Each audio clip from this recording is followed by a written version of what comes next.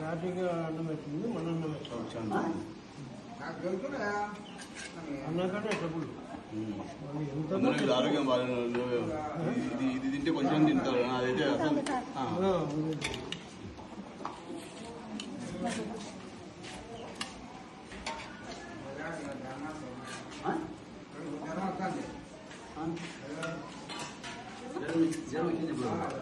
జ్వరం కూడా వస్తుంది అని చెప్పలే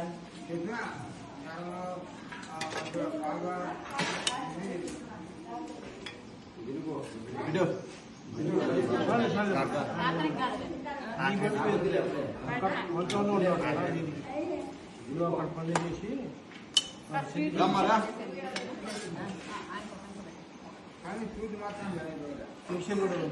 దాంట్లోనే